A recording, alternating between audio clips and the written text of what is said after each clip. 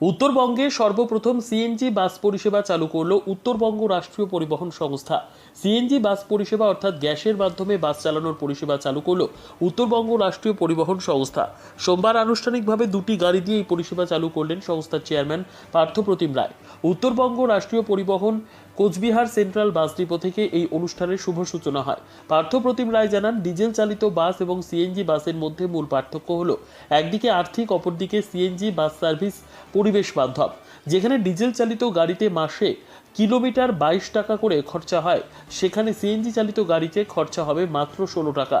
পরবর্তীতে গোটা কোচবিহারে পাইপলাইন বসে গেলে এই খরচটা আরও 10 টাকা কমে যাবে। মোট 30টি বাস পেতে চলেছে উত্তরবঙ্গ রাষ্ট্রীয় পরিবহন সংস্থা, যার মধ্যে আজ দুটি বাসকে নিয়ে পরিষেবা চালু করা হলো কোচবিহার এবং শিলিগুড়ি রুটে। প্রায় 13 কোটি টাকা ব্যয় করে এই 30টি বাস কেনা হয়েছে। বাস নির্মাণ সংস্থা প্রথম অবস্থায় দুটি বাস দিয়েছে, পরবর্তীতে